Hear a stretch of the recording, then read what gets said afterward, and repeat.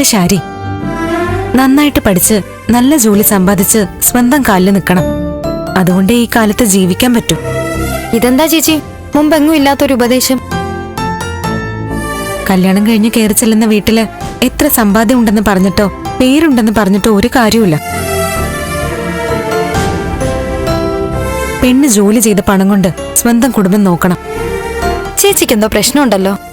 ദേവിയെ, എന്താ എന്താ നിന്റെ പ്രശ്നം? എന്ത് പ്രശ്നം?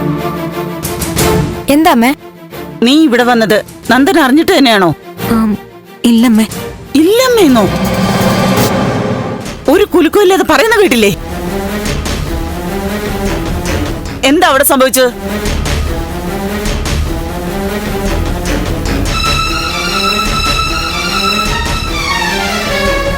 ഇനി എന്ത് തന്നെ ആയാലും നീ എന്താ ചന്ദ്രോത്ത് പറയാതെ ഇങ്ങോട്ട് വന്നത്? ഇങ്ങോട്ട് വന്നത് അമ്മയ്ക്ക് ഇഷ്ടമായില്ലേ? ഞാൻ ഇവിടുന്ന് പോണോ?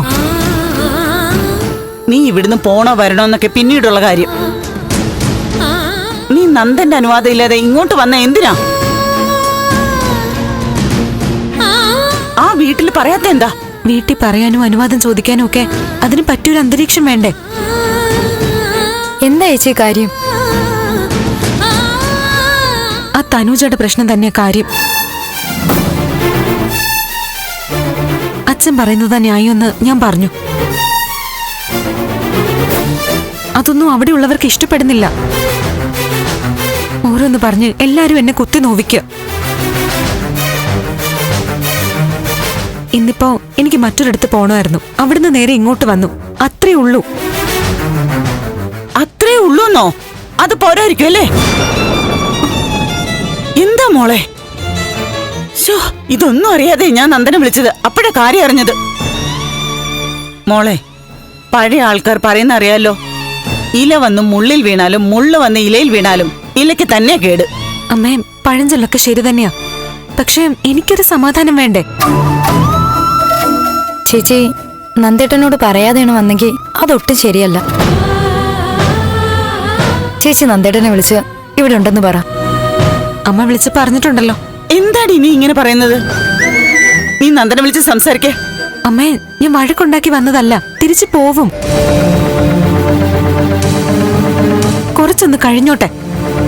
അതുവരെ ഞാനൊന്ന് സമാധാനായിട്ട് ഇരുന്നോട്ടെ.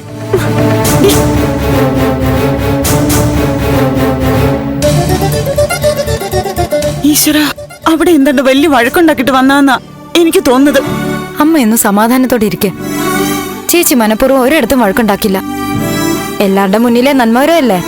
ഇതിപ്പോ ചിലപ്പോ സഹിക്കാൻ വയ്യാഞ്ഞിട്ട് വന്നതാവും.